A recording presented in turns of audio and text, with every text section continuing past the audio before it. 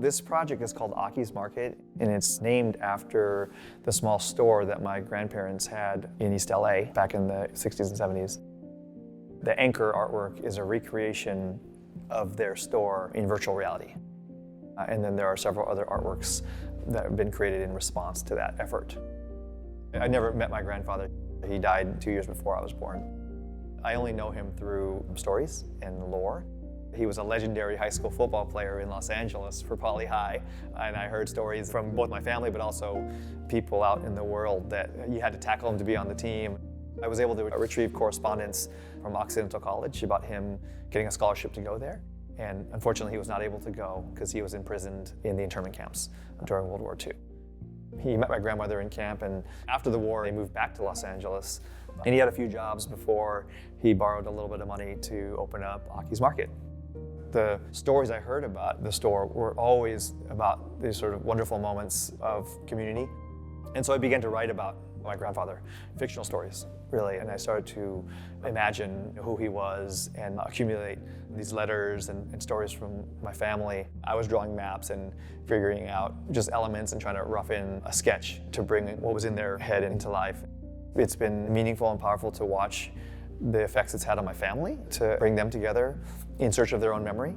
And I think that part of what resonates when you look at the works, especially when you're in the store, which is just a humble but really robustly designed store from their memory, that there's a certain amount of specificity in the space. It's funny because I feel like I've been to the store, because my grandmother and my uncle and my family has sort of validated it as being pretty close, and obviously details are wrong, but now my memory is not just from the single photo that was taken of the store, but my memory is from being inside it and walking through it. We also express the ideas through painting and sculpture and illusion and music. What you'll see in the show are fragments of suggested memories, invented ones. The bike came about because as we explored the store, in that photo, my grandfather's standing behind the storage room, and it was sort of this secret back room.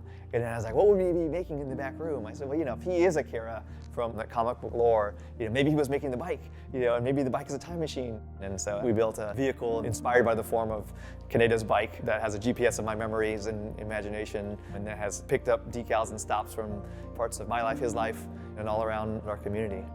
In my career, I've had the chance to contend with big stories, but I'm very happy to also be able to take the smallest, most delicate one and sort of find more universality there.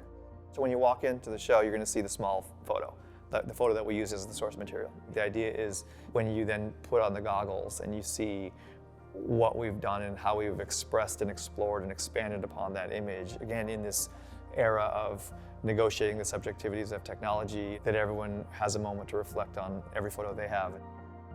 And sometimes the smallest stories can be the most universal because they end up being this takeaway where in all of our lives are those moments that we're experiencing daily or the struggles that we're encountering daily that end up being not only representative but connect us all together.